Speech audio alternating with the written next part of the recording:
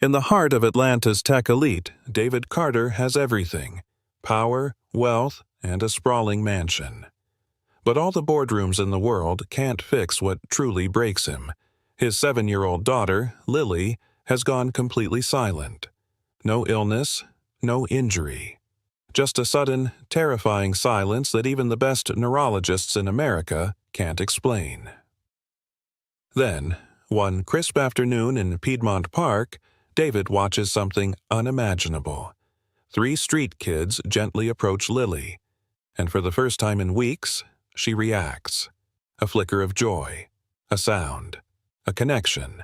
But David, blinded by fear and status, lashes out, tearing his daughter away from the only breakthrough she's had. What he doesn't know yet is this: those boys, Ethan, Logan, and Caleb, might just be Lily's only way back. And finding them again means confronting a buried past, a broken family, and a legacy of exclusion that David has long ignored. Will a man used to controlling everything finally learn to let go? Can connection, not control, be the cure? This isn't just a story about healing, it's about rediscovery, redemption, and what it means to truly listen. Subscribe now and stay to the end. You won't believe where this journey leads. The wind whispered across the sprawling terrace of the Carter estate, rustling the autumn leaves that danced around the marble fountains. It should have been a perfect morning, clear skies over Atlanta, the scent of magnolias still lingering from late summer, but something felt hollow. David Carter, CEO of one of the nation's most powerful tech conglomerates, stood frozen outside his daughter's room, one hand gripping the doorframe as if it were the only thing keeping him upright. Inside, Lily sat on the floor with her favorite puzzle, unchanged for days. Her fingers moved the pieces methodically, yet her face remained blank, eyes distant. The vibrant child who once flooded their home with questions and giggles had vanished. In her place sat a girl of shadows, silent, detached, unreachable. It had started 4 weeks ago. No trauma, no fever, no fall. Just one day, Lily had simply stopped talking. David had mobilized everything. He flew in pediatric neurologists from Mayo Clinic, brought specialists from Emory to their private hospital wing. Countless brain scans, speech evaluations, neuro-linguistic tests, all came back clean. Selective mutism, one said. Possibly trauma-induced, another suggested, carefully sidestepping the word blame. But none had an answer that satisfied a man who built an empire on solutions. She was fine, he whispered to himself now, watching her shift another puzzle piece. She was just fine. His voice cracked, the sound unfamiliar in its helplessness. Behind him, Tom, his longtime driver and closest thing to a friend, cleared his throat gently. "Sir, your 9 o'clock with the investors is waiting on Zoom." David didn't move. "Reschedule it." "But," "I said reschedule it." Tom paused, then simply nodded. "Understood." David stepped inside the room, his Italian loafers clicking softly against the hardwood. Lily didn't look up. He knelt beside her, brushing a loose strand of blonde hair from her face. Her eyes flicked toward him just for a second, but said nothing. "Baby," he whispered, "I'm right here. Just say something. Anything." Silence. Her tiny hands continued their work, as if she hadn't heard him at all. David blinked hard, swallowing the lump in his throat. "Remember your rocket ship story? The one where you and Mommy were going to Mars and building houses made of candy?" Still, no reaction. Just the same mechanical movement. It was like calling out across a canyon, and all that came back was the echo of his own desperation. He rose slowly, backing out of the room as if retreating from sacred ground. At the door, he turned one last time. "I'm not giving up on you, Lily, no matter what." Downstairs, the estate was already buzzing. Assistants with clipboards, security checking perimeters, an executive chef perfecting a menu David no longer cared about. He passed them all without a word. his once commanding presence now weighed down by grief. In the kitchen, Mrs. Reynolds, Lily's longtime nanny, looked up from packing snacks into color-coded containers. Her face was etched with worry. "She didn't touch breakfast," she said softly. "Same as yesterday." "She needs time," David muttered, grabbing a bottle of water with a shaky hand. "I've already called the best behavioral therapists in the country. One of them will find a way through to her." Mrs. Reynolds hesitated. Maybe what she needs isn't therapy. Maybe she needs something simpler, someone she connects with." David turned sharply. "Are you suggesting I haven't done enough?" "No," she said gently. "I'm saying maybe you're doing too much of the wrong things." The words stung, not because they were cruel, but because they were likely true.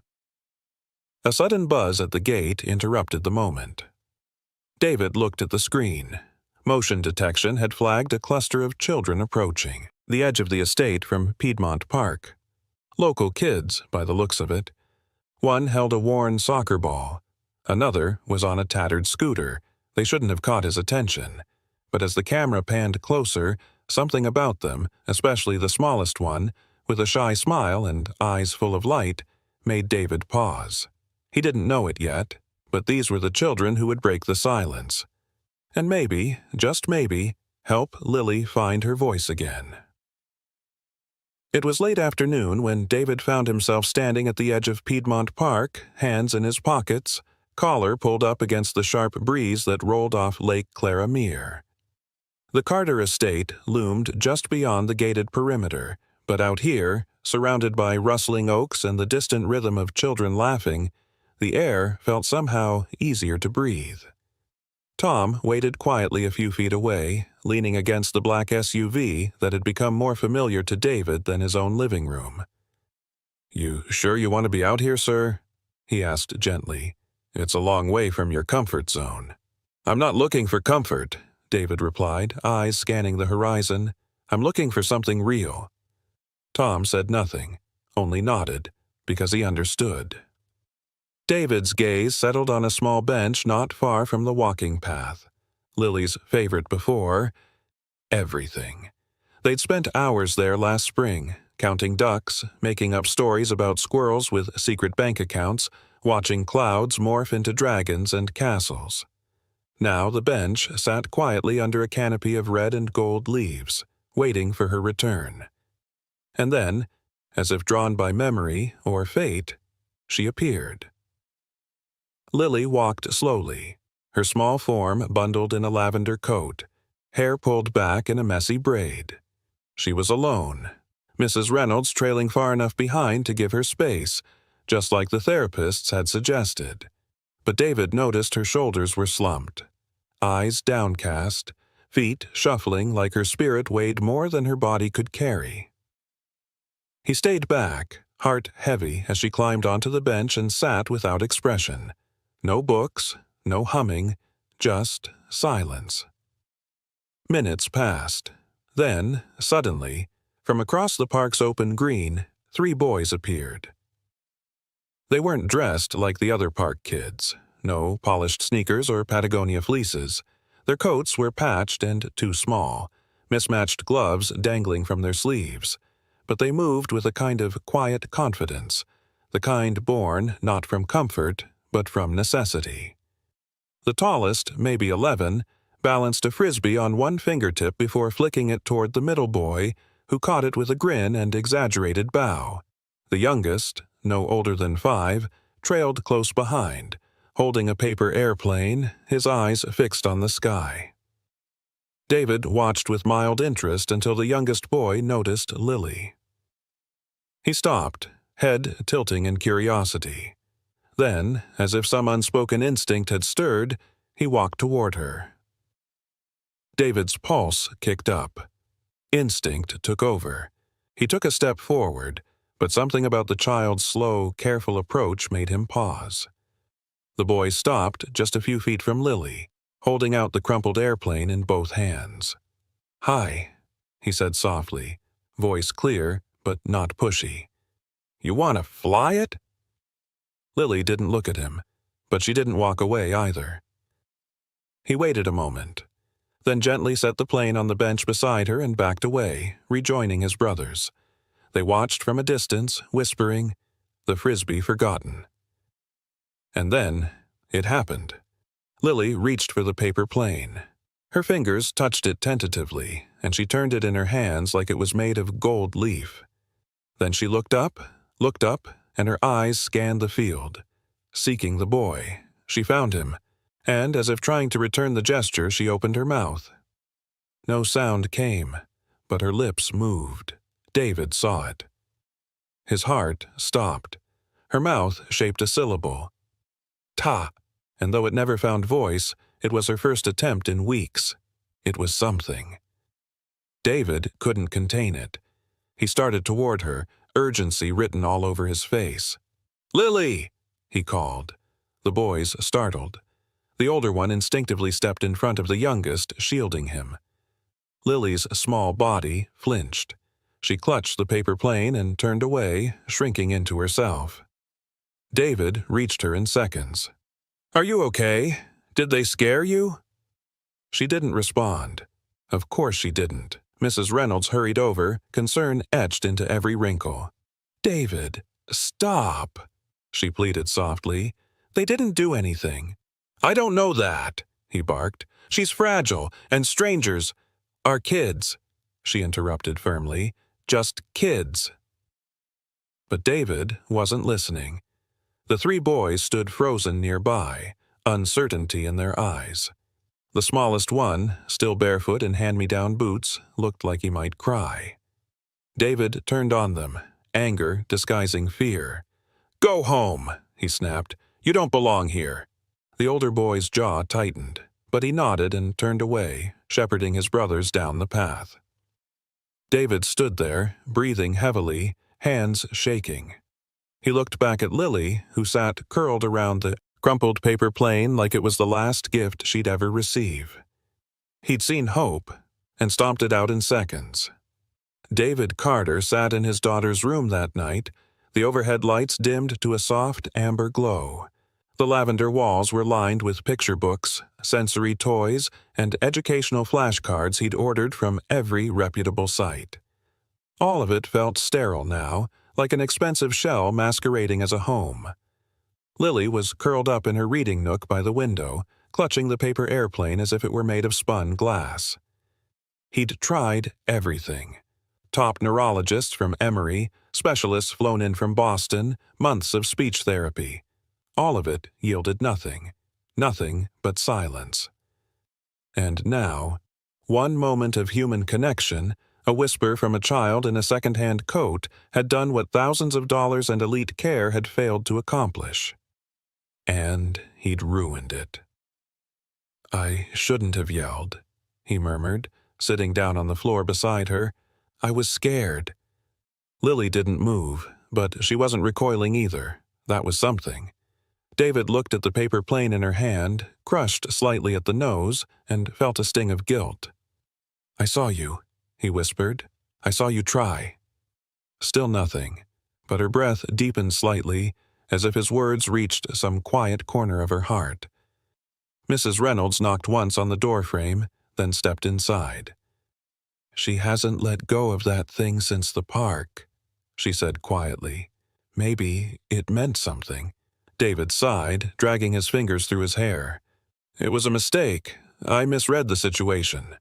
"You were protecting her," she said, with a gentleness that didn't let him off the hook. "But David, you fired me in front of her. Fired me for trying to explain. That matters."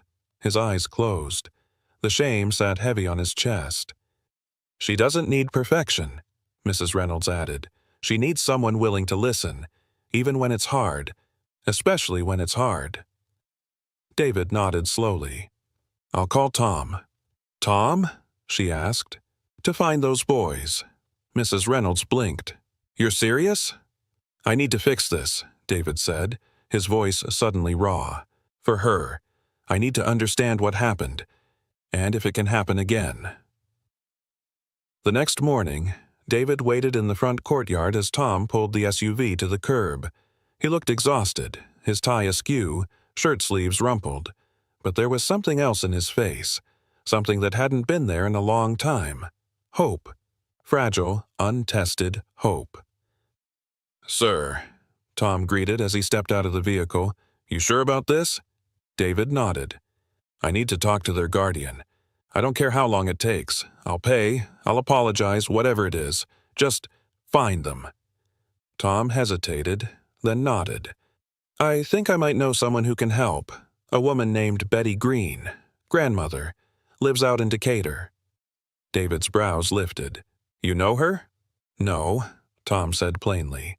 "But she used to clean offices in the building where I started. Kept a scrapbook of her grandkids in her locker. Always talked about them. Said one of them could talk the rust off a doorknob and another could draw like he'd been touched by God." David's jaw clenched, emotions mixing in his chest. Regret, guilt, awe. "She sounds remarkable." "She raised them herself," Tom added, "after their mom passed. Never asked for handouts, just did the work." David looked out over the driveway, the city skyline looming in the distance like a reminder of everything he'd built and everything he'd overlooked. "Can you arrange something?" he asked. Discreetly. "I'll do my best," Tom said, "but if she says no, she means it." David gave a slow nod. "Then I'll wait, however long it takes." By that evening, David had returned to Lily's room. She sat on the floor with her back against the wall, flipping through a picture book without making a sound. He knelt beside her, holding out a fresh paper airplane, this one folded by his own hands. "I don't know if it'll fly right," he said, gently setting it on the carpet, "but I thought we could try again." Lily looked at it for a long moment. Then, slowly, deliberately, she reached out and touched the tip. And though she didn't speak, she smiled, just barely. But it was enough to break something open in him. He wasn't a CEO in that moment. He wasn't a man with influence or connections or 1,000 unread emails. He was just a father. A father who had finally realized. Connection couldn't be bought, scheduled, or controlled. It had to be earned. The next morning dawned gray and drizzly, a thin mist hanging low over Atlanta as David Carter stood beside Tom outside a modest, single-story house on a quiet street in Decatur. The weather felt fitting, moody, uncertain, heavy with anticipation. David's breath fogged in the air as he adjusted the collar of his coat, his usual tailored confidence replaced by a humility that felt foreign but necessary. "This is her place," Tom said quietly. "Betty Green." The house was well kept but weathered, with hand-painted flower pots lining the porch rail. A small wind chime tinkled faintly, the sound soft and unassuming, like the kind of life that asked for nothing but gave everything it had. "You sure she's home?" David asked, clearing his throat. "She's always home," Tom replied with a faint smile. "That woman doesn't believe in wasting daylight." David stepped up and knocked. The door opened almost immediately, as if she'd been waiting. Betty Green stood in a worn apron dusted with flour, her gray hair pulled into a loose bun and her eyes sharp behind thick lenses. Her expression was unreadable, neither hostile nor welcoming, just measured. "Can I help you?" she asked, looking from David to Tom. Tom stepped forward first. "Mrs. Green, ma'am, my name's Tom. I believe we've got mutual friends. I work for David Carter here. He's the father of the little girl from the park, Lily." Betty's eyes flicked to David, narrowing slightly. "The one who yanked her away and hollered like the boys were a threat?" David took a step closer, his voice soft but steady. "Yes, ma'am. That was me. And I was wrong. I let fear speak louder than sense." Her silence was deafening. "I came today to say I'm sorry," David added, his voice trembling ever so slightly, "and to ask, not for myself, but for Lily. She hasn't spoken a word in over a month. Not until your grandsons approached her. Something about them reached her in a way nothing else has." Still, she didn't speak. I don't expect trust overnight, he continued. But I'm asking you, please, let me explain. Let me try. Betty finally opened the door a little wider. You better come in before that apology gets cold. Inside, the warmth of the home enveloped him like a blanket. Smells of cinnamon and fresh cornbread, the creak of well-loved floorboards, a wall covered in school photos and handmade drawings. It was nothing like the sterile grandeur of the Carter estate, but it pulsed with something he hadn't felt in years. Life. Sit, she said simply, gesturing to the kitchen table. David obeyed, hands clasped tightly in front of him. Those boys you saw, Ethan, Logan, and Caleb, they've been through a lot, Betty said as she poured coffee into mismatched mugs.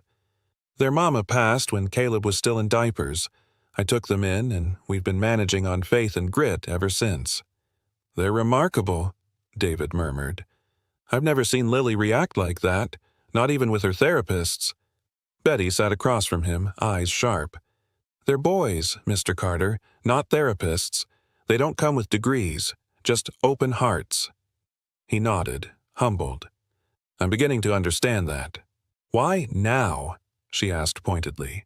You've got a mansion on the hill, a business empire, a daughter in pain, and you waited until it got inconvenient to ask for help? David inhaled slowly. Because I was ashamed of how disconnected I've become from what really matters. I didn't want anyone to see how powerless I felt. Betty studied him a moment longer, then reached into her apron and pulled out a folded piece of paper. Logan drew this the day after the park, she said, sliding it across the table. David unfolded it carefully. Crayon lines shaped 4 figures, a girl on a bench, 3 boys standing near her, and in the corner a tall man with sad eyes and a speech bubble that simply said, No. David swallowed hard, the sting behind his eyes undeniable. They don't understand what happened, Betty said softly, but they remember, and they care. Please, he said. I just want to give Lily the chance to see them again.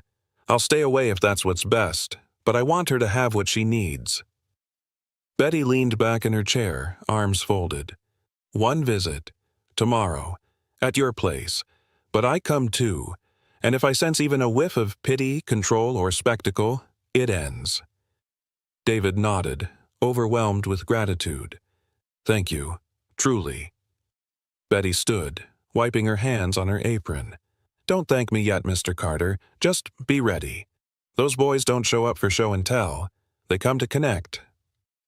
As he left the house, stepping back into the gray morning mist, David Carter felt the weight in his chest shift. Not lifted, not gone, but shared. For the first time in a long time, he didn't feel alone in the fight to reach his daughter. The morning sunlight filtered through the towering oak trees that lined the private drive leading up to the Carter estate. It was quiet, eerily so, as David Carter stood on the marble steps of his grand home, dressed not in his usual crisp business attire, but in a navy sweater and jeans. His hands were clasped in front of him, betraying a nervousness he rarely showed. Inside, Lily sat cross-legged in the sunroom, her small figure framed by the bay windows overlooking the garden. Her eyes, as silent as ever, flickered with uncertainty each time the clock ticked. She didn't ask questions. She hadn't in weeks. But her gaze clung to the front door like it might open a new world. David exhaled slowly as the gate buzzer chimed.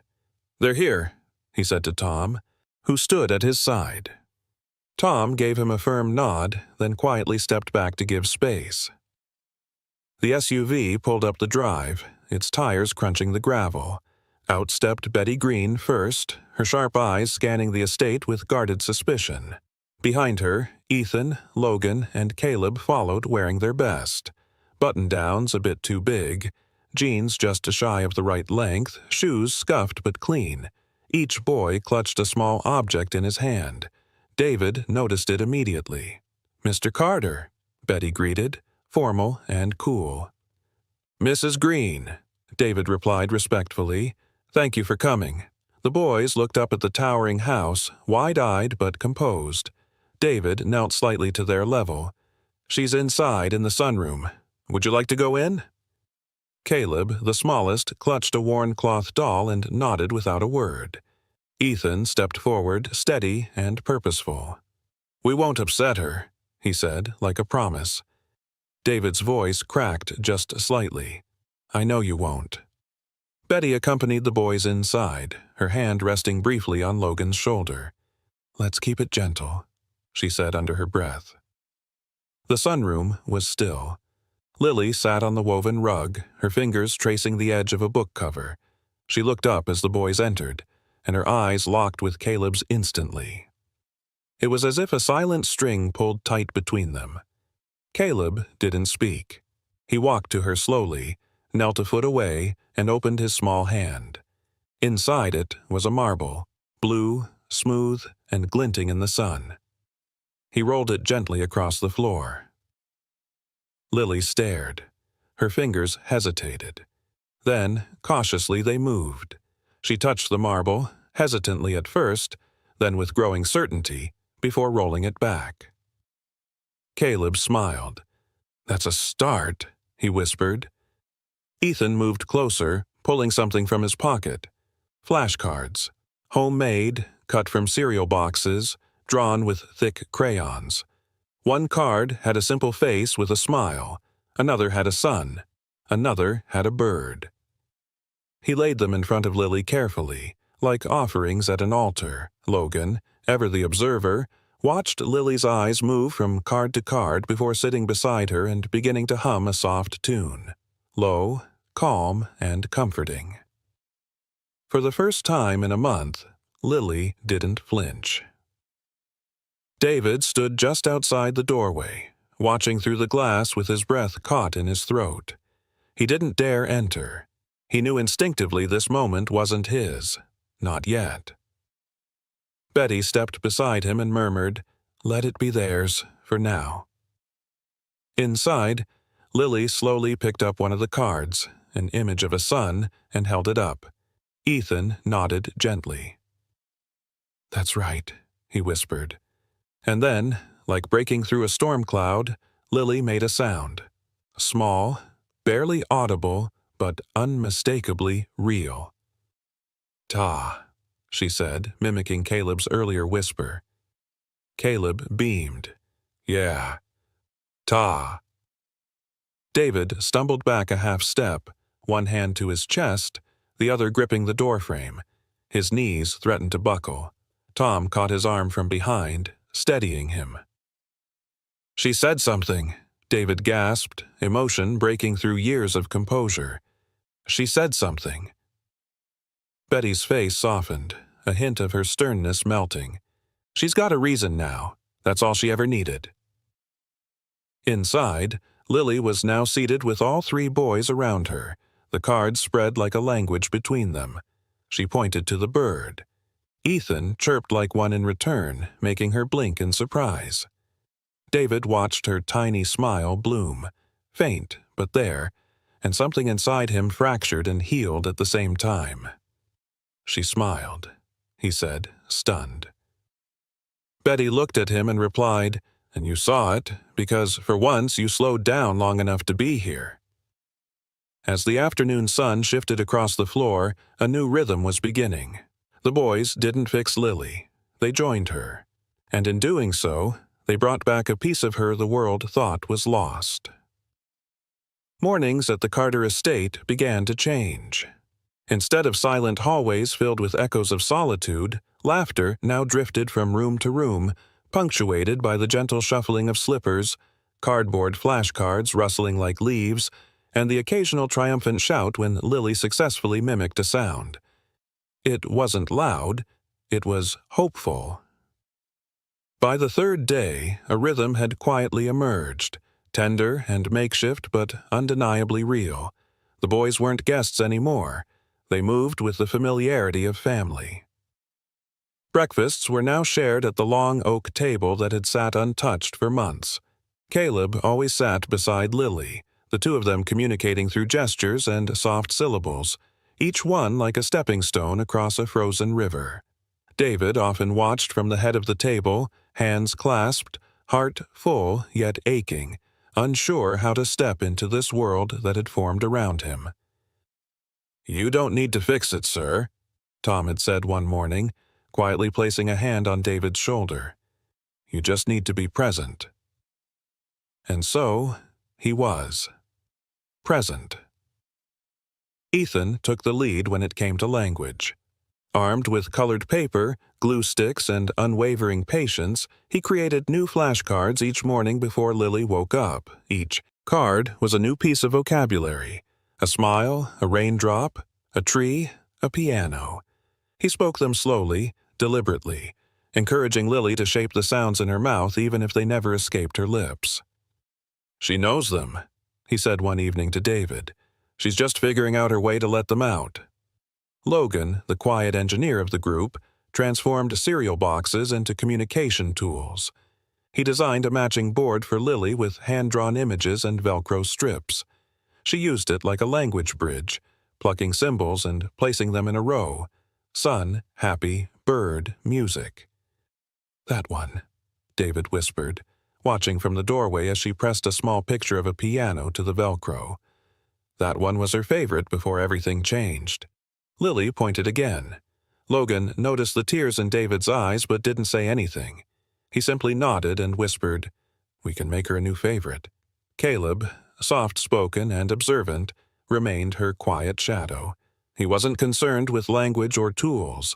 He offered Lily what no specialist ever could: presence without pressure.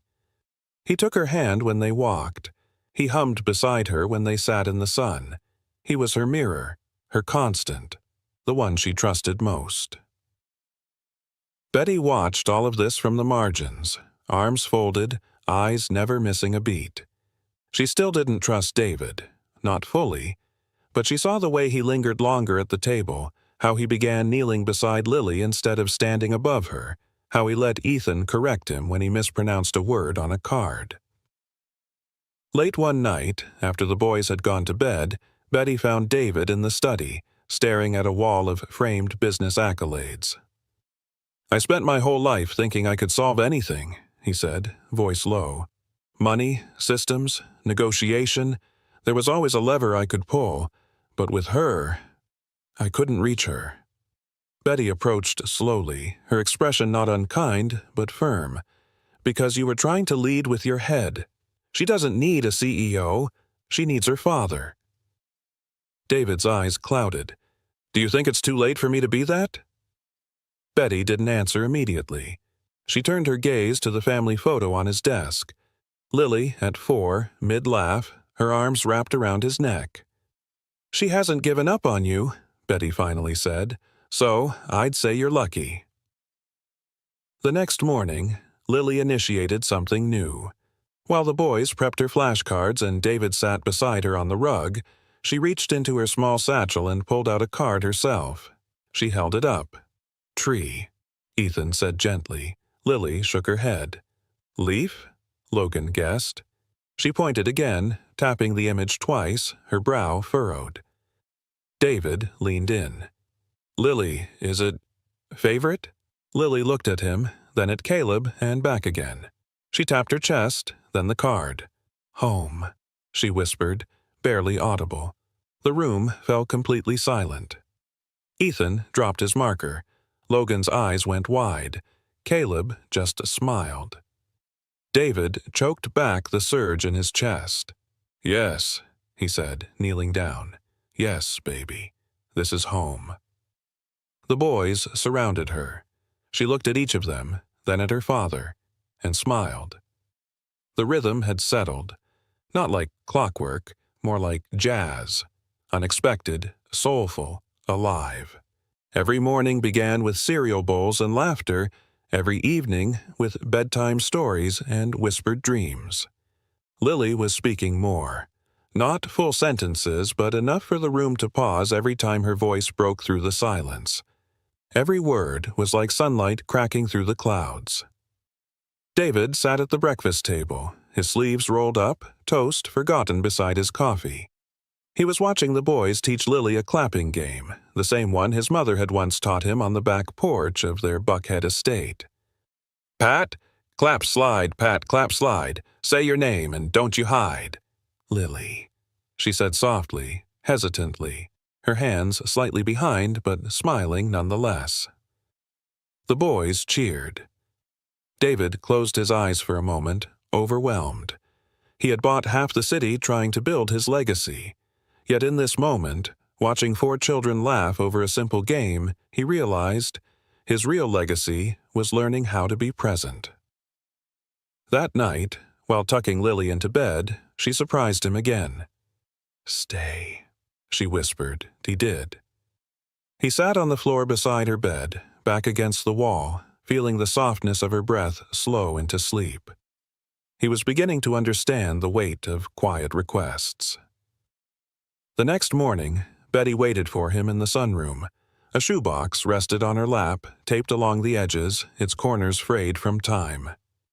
"I wasn't sure whether to give this to you," she said, her voice even. "But after seeing you with her, well, you've earned a piece of the truth." David sat opposite her and took the box gently. Inside were old photographs, faded letters, and a small velvet pouch. His breath caught when he saw the picture on top. A much younger Betty, standing beside a woman in her late 20s. "That's your mother," Betty said, leaning forward. "And me, 1981. I worked in her kitchen. I knew her before the charities and the country club friends." David blinked, unsure how to respond. "She was kind to me," Betty continued, "until I brought my son around. He and your brother Michael were the same age. They became friends, real friends. Shared toys, secret handshakes, but your mother didn't like that." David frowned. "Why?" "Because my son wasn't the right kind of boy for a Montgomery," Betty said, her voice tight with restrained emotion. "She fired me after she found them playing in the library, said it was inappropriate." David's stomach sank. "I didn't know." "No, you wouldn't have. Your world was polished to keep the rest hidden." She pulled out a folded letter. "That's from Angela, my daughter, the boy's mother." David took the page carefully. The handwriting was sharp, desperate, ink smudged in places where tears had clearly fallen. "Mom says you fired her when she needed that job most. I never held it against you, David. I just knew the kind of family you came from. When I left, I didn't want to bring that legacy into Lily's life." The letter ended abruptly. No signature, just the lingering ache of someone who had been shut out. David's hands trembled slightly as he set it aside. "Why are you showing me this now?"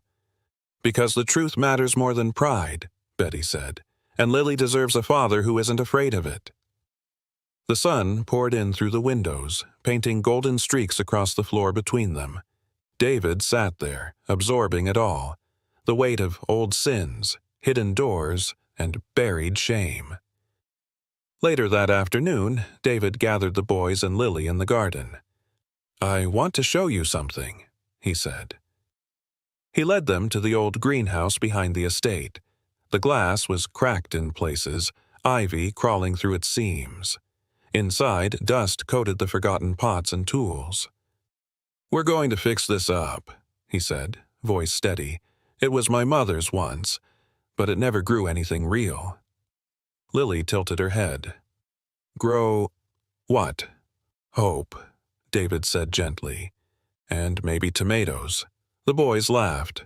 Caleb grabbed a nearby watering can and dumped out the dust. Logan picked up a trowel. Ethan opened the shuttered windows. Lily stepped inside last, pausing, then quietly saying, "Home." David turned away briefly, his heart clenched tight. That night, he stood in front of a full-length mirror in his closet. For the first time in years, he wasn't wearing a suit. Just jeans, a sweatshirt, a dad. And, for once, he liked what he saw. The morning sun rose slow and soft over the Carter estate, casting warm light through the old greenhouse windows now scrubbed clean. Inside, Lily knelt beside a row of seedling trays, gently patting soil over a line of cherry tomato sprouts while Caleb hummed beside her. Logan labeled popsicle sticks with the names of each plant, and Ethan measured water in an old yogurt container, his tongue poking from the corner of his mouth in concentration. David stood at the doorway, watching with quiet reverence. These small moments, mundane, even forgettable to most, had become sacred in his world. His daughter had begun speaking in sentences again, not full ones, but enough to fill the silence of his once lonely home. And the boys, those beautiful, brave boys, had grown from strangers into something he couldn't quite name yet, but deeply felt. Then the phone rang. It was Tom. "Sir?" Tom's voice was careful, measured, but beneath it pulsed something unsettled. "Angela's back." David froze. His eyes shifted to the children, laughing, focused, unaware that the axis of their world had just tilted. "She showed up at the shelter this morning," Tom continued. "Says she's been clean for almost a year, wants to see the boys." David's hand gripped the phone tighter. "Did she say where she's staying?" "She's with a church group in East Atlanta, rebuilding, trying, from what I can see." David exhaled slowly, conflicted. This was the mother of the boys who had healed his daughter, the woman who, for all her mistakes, had raised 3 remarkable sons. But what would her return mean? For them, for Lily, for him. That afternoon, the boys were painting signs for the garden when Betty stepped onto the porch, her face unreadable. "Boys," she said gently, brushing her hands on her apron, "your mama's come back." Silence fell over the porch. Caleb dropped his brush. "Where is she?" Logan asked first, cautiously. "She's at the shelter. Said she wants to see you," Betty replied, her voice trembling slightly. "I told her you've been staying here, that things are different now." David stepped out behind her, unsure if he should speak. Ethan looked up at him, then to his brothers, then back to Betty. Can we go?" Betty nodded, her eyes already moist. "Of course." The shelter hadn't changed much. The same chipped tile, the same buzzing light in the hallway, but standing in the common room was a woman who had, at least a little. Angela looked thinner, tired, but there was something else in her posture, a steadiness, a humility that hadn't been there before. Her eyes, though glassy, were clear. She wore a church shirt and carried a folder tucked under one arm. When the boys entered, she turned slowly, as if afraid to look too eager. "Hey, babies," she whispered, voice breaking. For a second, no one moved. Then Caleb ran forward first, colliding into her waist. Logan followed next, then Ethan, slower, more tentative. Angela dropped to her knees, arms wrapping around all 3.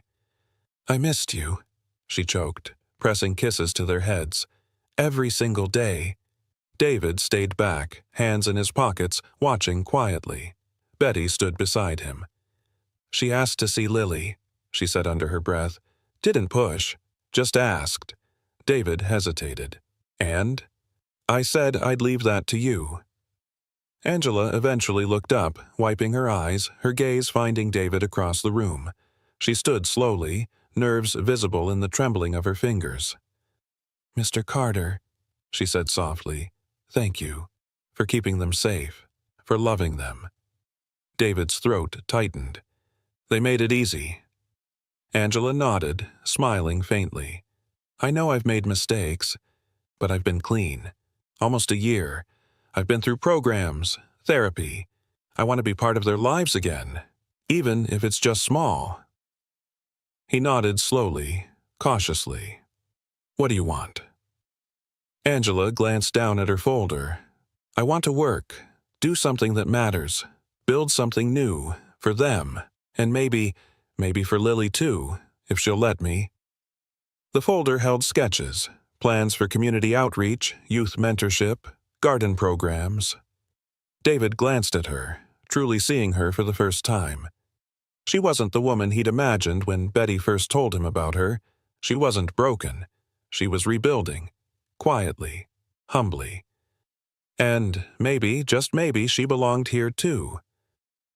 "I might have a place for you," he said quietly, "at the foundation." Angela blinked, stunned. "You'd trust me with that?" "Not fully," he replied honestly. "Not yet, but I believe in second chances." She nodded slowly. "Then I'll earn it." As they stood there, two parents shaped by loss, guilt, and redemption, the boys looked on, unsure what would come next. But something about the moment felt like the beginning of something new, something that might, in time, become whole again. The dining room at the Carter estate, once used for stiff corporate dinners and elegant fundraisers, had taken on a different life lately. Instead of polished silence and polite conversation, it now echoed with laughter, forks clinking against mismatched plates, and the occasional sound of juice spilling onto the table. And, for the first time since Lily's birth, David didn't mind the chaos. Angela sat at the far end, nervously watching the boys eat like they hadn't seen food in days. She glanced toward Lily, who sat between Logan and Caleb, softly tapping her spoon in rhythm with Caleb's humming. Her eyes caught Angela's for a brief second before darting away. David noticed it. Small. But something. Angela had helped cook the meal. Spaghetti, garlic bread, and a big bowl of salad she insisted the boys help toss. Betty had smiled from the kitchen doorway, arms crossed, watching Angela instruct them with the gentle authority only a mother could wield. "Pass the bread, please," Caleb said, nudging Lily. She turned, picked up the basket, and handed it to him wordlessly. But then, softly, almost imperceptibly, she whispered, "Caleb." Caleb's eyes widened. David dropped his fork. Angela froze mid-chew. Betty, behind them, covered her mouth with her hands. Caleb recovered first. "That's my name," he said proudly, as if confirming for the room that they had all heard what they thought they did. David leaned in. "Lily," he said gently, trying not to overwhelm her. "Can you say it again?" She didn't respond. She simply smiled. Barely, but enough. Angela set her fork down slowly. "That's the first time she's said a name?" David nodded. "In weeks." The room fell quiet for a moment, overwhelmed by the delicate, miraculous significance of what had just happened. Then Ethan, bless his eager heart, broke the silence. "Dad, can we get ice cream after dinner?" Angela blinked, startled. David turned to her. "It's what they call me now." She nodded slowly, an unreadable emotion flickering behind her eyes. "Right." The tension returned, but David refused to let it settle. He pushed his chair back. "Let's make it a Sunday night." The boys cheered, and Angela offered a grateful smile, though her eyes were tinged with something else. Maybe sorrow. Maybe hope. Later that night, after the boys had crashed from their sugar high and Lily had gone to bed holding Caleb's hand, David found Angela sitting on the back porch. The Georgia sky stretched wide and clear above them, the stars less hidden out here in Buckhead's quieter corners. "I thought this place would feel colder," she said quietly, sipping from a chipped mug. "But it's warm. Lived in." David sat beside her, his own mug untouched. "That wasn't always true," he admitted. "I built this place with glass and silence. Thought it meant success. Turns out it was just loneliness in disguise." Angela chuckled softly. "Funny. I raised 3 boys in a 1-bedroom apartment, and it never once felt lonely." David looked over at her. "You did good with them." Angela's voice caught. "I didn't always. I made mistakes. Big ones. You didn't have to open your door, and you did. I won't forget that." He hesitated. "I didn't do it for you. I know." They sat in silence. the kind that only happens between people who have both hurt and healed in unequal measure. "Do you think," Angela finally said, "there's a place for me here, with her?" David didn't answer right away. He watched the night wrap around the trees, listened to the wind whistle softly through the branches. "I think Lily is choosing her family now," he said. "And maybe we're all just guests until she decides who gets to stay." Angela exhaled slowly, the weight of that truth both heavy and strangely freeing. "I want to earn my place, not as a guest, as part of it." David nodded, standing. "Then we'll start with tomorrow." "Another dinner?" she asked. He smiled faintly. "No. Tomorrow you help her pick out a dress." Angela blinked. "For what?" "For the fundraiser next weekend. She's coming with me, and the boys. And you, if you're up for it." Angela stared at him, stunned. "You're bringing us all? Into your world?" David shrugged. "Feels more like your world now. I'm just learning how to live in it." As he turned to walk inside, Angela remained on the porch, quietly wiping away tears. Not of regret, but of something deeper, of being seen, of being invited in, of being chosen. 2 mornings after Rachel's tearful visit, David stood at the threshold of his living room when the doorbell echoed through the house. His heart, still tender from Lily's hesitant, "Are you staying?" skipped at the unexpected sound, and he found himself hoping it wasn't another lawyer or reporter. Instead, standing on the marble foyer, framed by the late winter sunlight, was Angela. Her dark hair streaked with silver, her eyes both wary and fierce, and at her side Ethan, Logan, and Caleb, wide-eyed and clutching backpacks. "Angela," David said softly, stepping forward. His voice trembled slightly, conflicted between relief and apprehension at seeing the boy's mother after years apart. He swallowed hard. "It's been a long time." Angela's gaze flicked past him to Lily, who hovered behind David, clutching her soundboard. Lily's small face mirrored both curiosity and caution. Angela's shoulders sagged as she spotted her daughter. "Lily," she whispered, voice thick, and Lily came forward, slipping her hand into Angela's. David cleared his throat tight with emotion. "I'm glad you're here," he managed. He turned to Angela's 3 older children. "Ethan, Logan, Caleb, welcome back. I've missed you." His words hung uncomfortably. He'd never navigated these waters before. Angela drew Lily close, inhaling her daughter's scent as if anchoring herself to reality. "David," she said carefully, "I came to talk about custody." Her words cut through the morning calm, and a hush fell. Lily's grip tightened on Angela's coat, and the boys leaned in, bracing themselves. David's chest clenched. He'd known this moment would come. Angela's return meant everything could change. Yet he refused to let anger or resentment poison the moment. "I understand," he said gently. "I know I haven't always been there." Angela's eyes flashed with a surge of old pain. "Lily needed a father who would fight for her, David. That's why I left." Her voice shook, tears brimming. "I couldn't watch her suffer any longer." David exhaled, pain coursing through him. He remembered the nights Lily rocked herself, mumbling fragments he couldn't decipher, the emptiness in her eyes he had once assumed was his fault. Now he recognized it for what it was, a child in need of protection. Guilt stiffened his spine, but he forced himself to continue. "I'm sorry," he said quietly, his words sincere and weighty. "I'm sorry I haven't been the father you all deserved."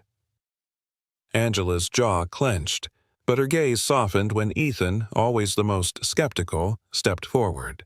"Dad," he said, his voice low but insistent. "We need you now." Herod's children's honesty cut through the tension. Logan nodded, and Caleb, youngest of the 3, reached out to David without hesitation. He placed a tentative hand on David's knee. "Please," Caleb whispered. David knelt, meeting them eye to eye. "I promise," he said earnestly. "I will do whatever it takes to keep our family together." The boys exchanged glances, hope flickering in their eyes. Angela watched him, her expression shifting from guarded to surprised, then wary. "You realize I want full custody, David." Her voice was firm, yet unspoken tremors betrayed her fear. "I want stability for the boys. Lily has you, but they need their mother." David stood and extended his hand toward her. "Then, let's make a different kind of plan." His voice was steady, resolute. "I'm not going to fight you for custody in court. Instead, I want to offer you a job, managing outreach programs at my foundation. You'll work alongside Lily's speech therapists and the team Betty assembled. You'll have benefits, support, and the respect you deserve." Angela stared at him, disbelief softening her posture. You do that?" He offered her a gentle smile. "Yes, because I believe in your strength, and because Lily and the boys need both their parents, together, more than they need lawyers." His words resonated tenderly, brimming with genuine intent. "You'll have an office here. You'll be integral to our mission of helping other families like ours. And the boys? They'll be right beside you. With you, we'll all move forward as a family." Tears welled in Angela's eyes. She glanced at her sons, whose faces reflected guarded optimism.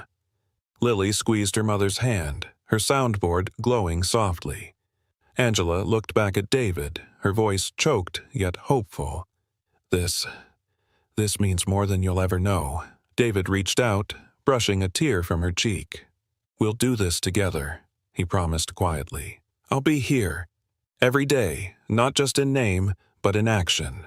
As Angela slipped her hand into his, the boys gathered around Lily's high chair, their presence filling the room with a warmth that no courtroom victory could deliver. In that moment, David realized that this proposal, a job, a partnership, a truce, was more than a compromise. It was the first true step toward healing the family he'd almost lost and embracing the new, imperfect, and beautifully resilient family they'd become. Late afternoon sunlight filtered through the tall windows of the Carter family's new Midtown Center, painting warm gold stripes across the polished wooden floors. David stood by a low shelf of children's books, watching Lily settle into her favorite nook with Ethan, Logan, and Caleb clustering close behind. Their laughter echoed softly off the walls. Light, hopeful sounds he had once believed he'd never hear again. He turned at the soft click of the front door and saw her standing there. Rachel, his ex-wife of 7 years, looking more fragile than he remembered, yet undeniably present. Time seemed to slow. Rachel's eyes, the same gentle hazel that once captivated him, widened uncertainly as she took in the scene. Lily engrossed in a pop-up storybook, the boys building a puzzle with Mrs. Green, and David watching over them with a smile that both warmed and wounded her. Her breath caught, and only after a moment did she clear her throat. "David," she whispered, voice wavering. He surprised himself by stepping forward, closing the gap between them in 3 measured strides. "Rachel," he said quietly, emotion thick in his throat. "I wasn't expecting you." She glanced at the children, then back at him. "I saw the video," she admitted, eyes glistening. Lily's first full sentence. "Are you staying?" Her voice cracked on the words. I had to see for myself." Guilt and longing warred in her expression. "I heard she's thriving." David swallowed. He remembered the anguished nights she'd left him, devastated by Lily's silence and his own helplessness. Now, her absence had nearly cost them all. "I'm here," he said simply, meaning far more than those 2 words suggested. Rachel's gaze flicked to Lily's soundboard sitting on a small table nearby. Lily looked up, bright-eyed and curious, her face lighting when she recognized Rachel. She pressed a button and the gentle voice chirped, "Are you staying?"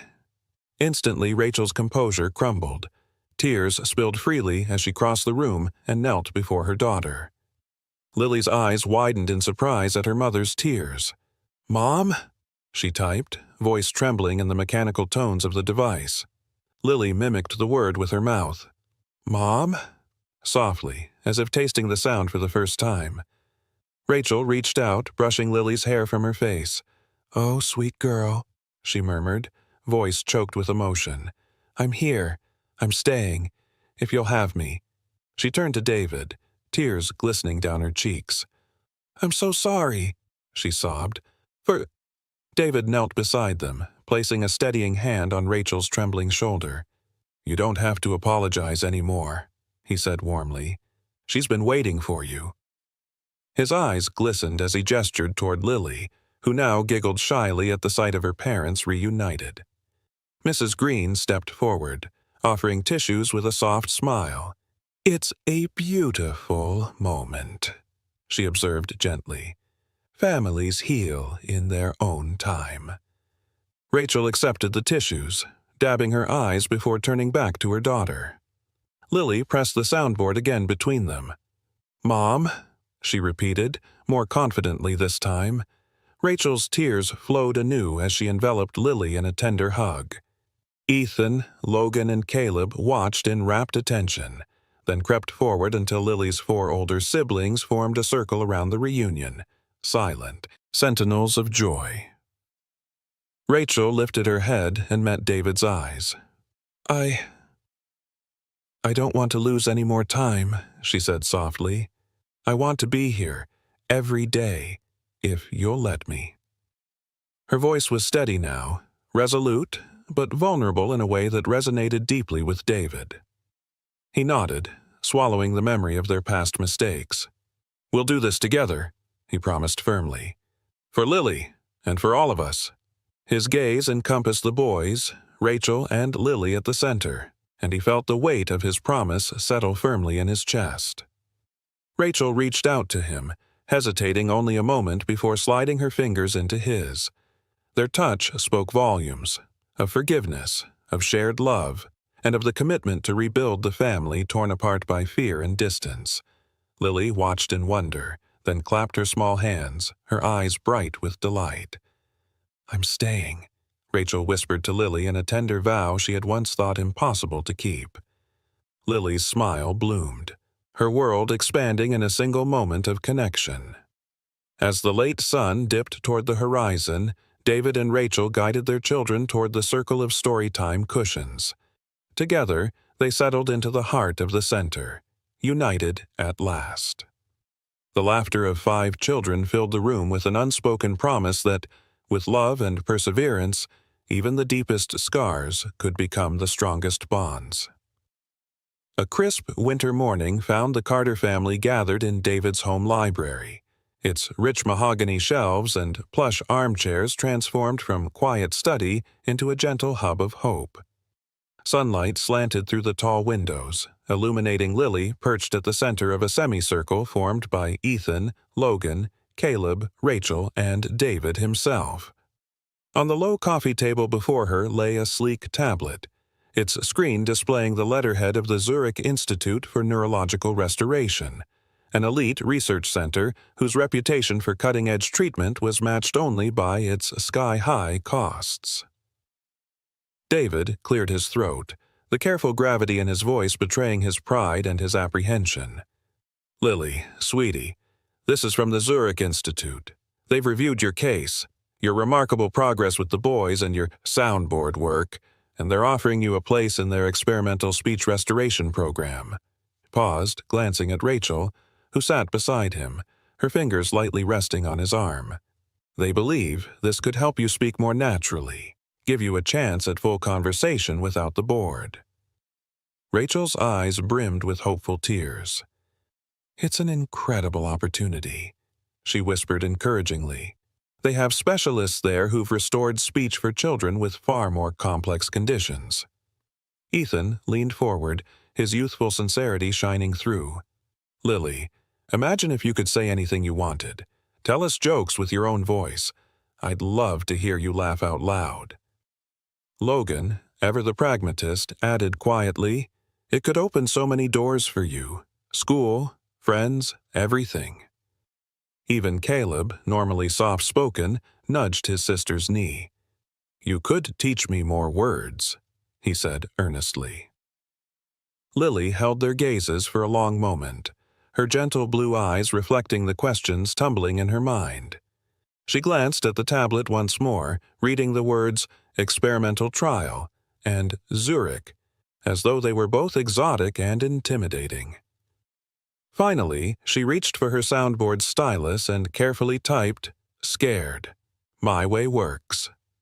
Silence fell, profound and reverent. David closed his eyes, swallowing hard against the wave of emotion his daughter's choice unleashed. Rachel's lips trembled.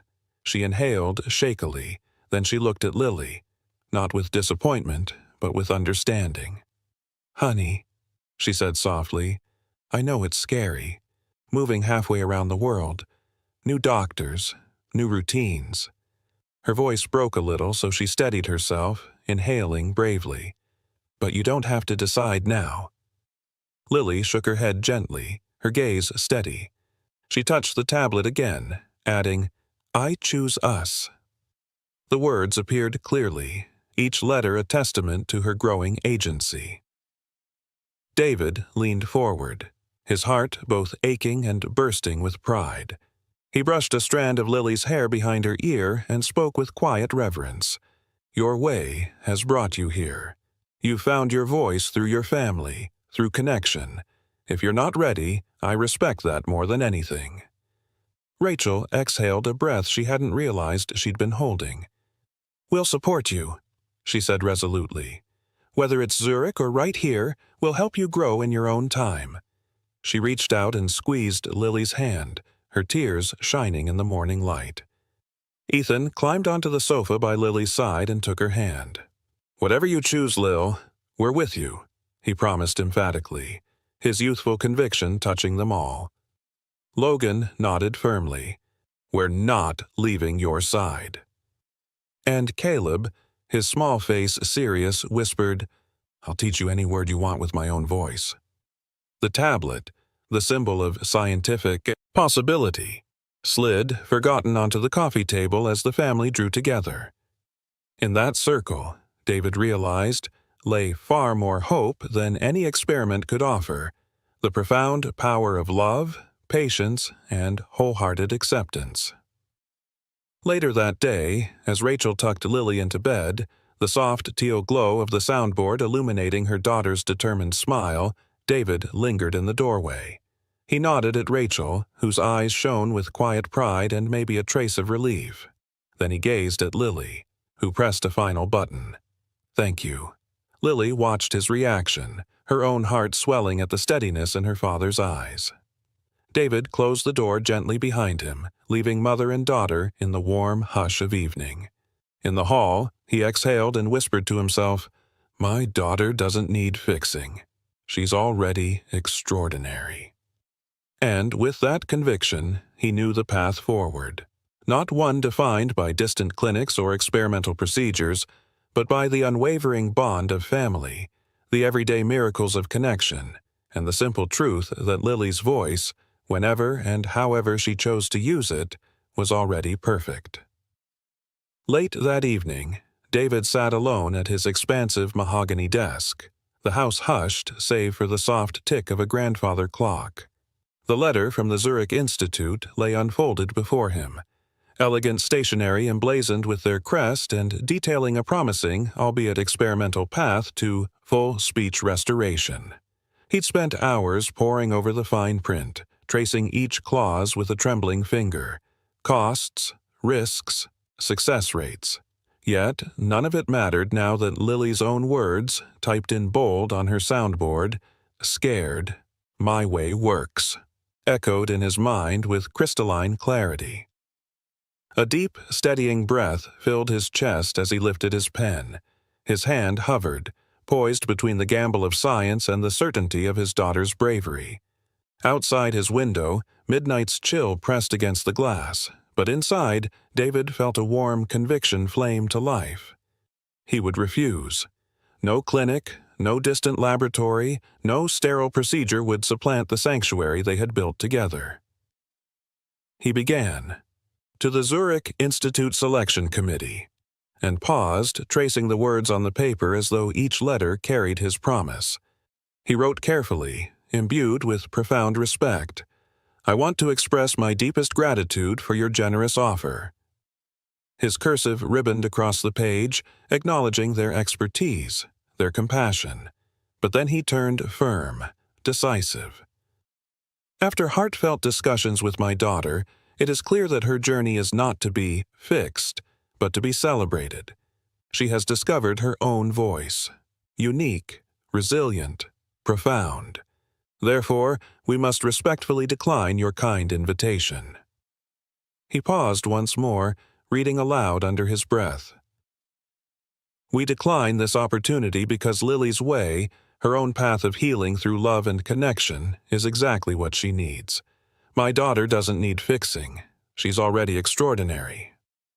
The words resonated in the silent room, a quiet revolution against the impulse to control or mend what was never broken.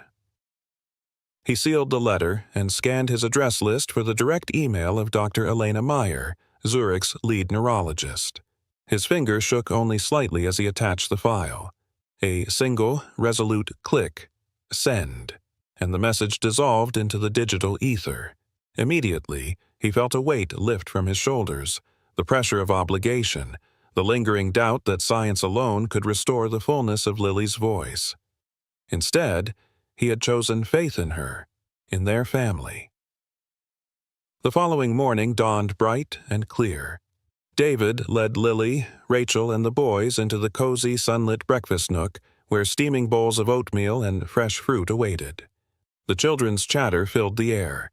Ethan explaining the mechanics of a new sound game he'd invented, Logan showing Lily how to build simple letter cards from cereal boxes, Caleb placing a tiny daisy beside Lily's place, a silent token of encouragement. Rachel caught David's eye and smiled softly. She knew he'd sent the letter. "And?" she whispered gently. He sat beside Lily, brushing her hair back from her forehead.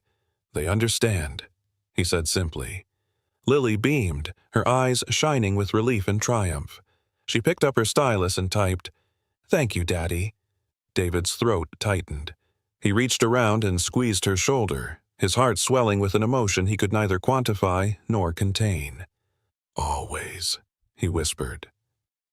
That afternoon, they gathered in the living room to watch the Zurich Institute's brief automated response, a gracious acknowledgement of their decision and best wishes for Lily's continued journey. But David barely noticed the boilerplate text. His focus was on Lily, whose gaze drifted to her brothers and then settled on him. "Daddy," she said aloud, forming the word carefully without her board. The room hushed in stunned delight. She repeated it. "Daddy." Her voice was soft, tentative, a fragile blossom finally opening. Each syllable warmed David's chest like sunshine. Rachel's tears glistened as she reached out to cradle Lily's hand. Ethan jumped up, cheering ecstatically, while Logan and Caleb joined in applause, their exuberant joy echoing through the room. For a moment, the grand piano in the corner, long silent, seemed to beckon David. He rose and sat before the keys, playing a simple chord progression. Lily's eyes followed the melody, and though she didn't join in song, she tapped her fingers on the armrest in rhythm, her spirit dancing in harmony. That evening, as the family settled down for dinner, David raised a glass of sparkling water in a quiet toast. "To Lily," he said warmly, "who taught us that love speaks louder than any lab report." Rachel clinked her glass against his, eyes shining. "And to trust," she added, "in the extraordinary ways our family finds its voice." Lily grinned broadly, typing a final message on her board. "Family good." Their laughter filled the room, a chorus richer than any experimental success. David Dixon, billionaire CEO, crusader for breakthroughs, had relinquished scientific ambition in favor of something infinitely more precious, honoring his daughter's wisdom and cherishing the imperfect, beautiful melody they created together each day. In that resolute choice, he found his greatest achievement yet.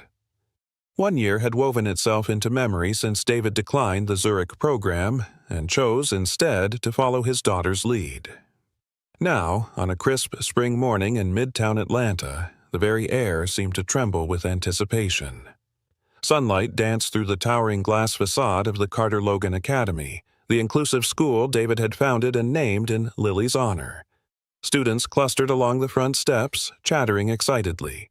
Parents and teachers adjusted flower arrangements in the lobby. And, everywhere, balloons in Lily's favorite soft lavender hue bobbed like hopeful dreams against the sky. David stood near the entrance, heart hammering with proud trepidation. He wore a tailored suit, one he rarely donned these days, but had swapped his customary tie for a simple lavender silk scarf, an homage to Lily. Beside him, Rachel grasped his hand gently, her eyes bright and unwavering. The boys, Ethan, Logan, and Caleb, pressed close, their faces alight with unfiltered excitement, as they waited for their sister's moment to arrive. Inside, the gymnasium had been transformed into a makeshift auditorium. Folding chairs formed neat rows, while a makeshift stage, framed by ribbons and soft spotlights, seemed to beckon for the day's star. A hush rippled through the crowd as Lily stepped forward, her freshly grown confidence radiating in every carefully measured step. She wore a simple white dress, embroidered with tiny daisies, a nod to the flowers she once sold on Fifth Avenue, a symbol both of humble beginnings and flourishing hope. David's breath caught as Lily mounted the stage and paused, surveying the faces before her, her family, her friends, her teachers, and dozens of children whose journeys, like hers, had taken unique detours. The room fell into reverent silence. Lily's eyes glittered with a mixture of nerves and determination. She tapped her soundboard gently, as if greeting an old friend. Then, with deliberate grace, she pressed the single button for "Thank you." Her voice, clear and confident, spilled into the room like sunlight through storm clouds. "Thank you for giving me my voice." The soft exclamation echoed off the walls, and for a moment no one moved, as though time itself had paused to honor that phrase. Then, as if released, the audience erupted into applause, loud, joyous, heartfelt. Ethan beamed up at his sister, his analytical mind cataloging every nuance of her speech while his heart swelled with brotherly pride. Logan clapped so enthusiastically he nearly tumbled from his seat, and Caleb, ever the artist, wiped a tear from his cheek and declared to no one in particular, "That was beautiful." David felt a lump rise in his throat. He closed his eyes to savor the moment, to etch the sound of Lily's voice into his memory. When he opened them again, he saw Mrs. Patel, the speech coach who had nurtured Lily's first sounds. Maria, Lily's former nanny turned teaching assistant, rooting for her endlessly, and Angela, the boy's mother, whose unexpected partnership had become a cornerstone of their blended family. Each face reflected the same awe and affection. As the applause died down, Lily pressed another button. "Welcome," she said, gesturing broadly to the colorful banners behind her. "Carter Logan Academy, a place where every voice matters." Parents wiped tears away. Children whispered excitedly about their future classes. Even the normally stoic principal, Mr. Thompson, dabbed at his eyes. David stepped forward, clearing his throat. "Few moments in life rival this," he began, his voice warm with unspoken humility. "A year ago, I believed I knew what was best for my daughter, but Lily taught me that a voice, her voice, was never something to be fixed. It was something to be heard, nurtured, and celebrated. Today, that voice stands at the heart of our new school, a home for every child who's ever felt unheard." He paused to let his words sink in, then knelt to meet Lily's gaze. "Thank you, my brave girl," he whispered, so softly that only she could hear. Lily nodded, her smile both shy and triumphant. The ceremony concluded with a flourish. Students released lavender balloons into the sky. The children's laughter rippled through the courtyard as the balloons lifted, carrying with them the hopes of every family present. The quartet of quadruplets stood together, arms around one another, watching their balloons drift upward. In their eyes shimmered the knowledge that family, in its truest form, is chosen through love, not blood alone. That afternoon, as the school's halls teemed with visitors exploring classrooms, Lily led her brothers on an impromptu tour. She showed Ethan the library's soundproof reading nook, Logan the maker space outfitted with adaptive technology, and Caleb the art room where students could paint, sculpt, or simply be still. At the final door she paused, turning to face David and Rachel. "This is where I want to teach when I grow up," she declared, her voice steady with conviction. David swallowed, pride and wonder mingling in his chest. "You'll be an incredible teacher," he promised, emotion thickening every word. As dusk settled and families drifted home, Rachel and David found a quiet bench under the dogwood trees that lined the courtyard. The soft glow of the lanterns illuminated their contented faces. "We did right by her," Rachel said, resting her head on David's shoulder. David nodded, fingers entwining with hers. "She found her voice," he said, "and in doing so, helped us create a place where every child can find theirs." Above them, the final lavender balloon disappeared into the dusky sky, an unspoken testament to a family's journey from fear to faith, from silence to song. And as the lights of the Carter Logan Academy shimmered behind them, they knew this was only the beginning of countless voices waiting to be heard.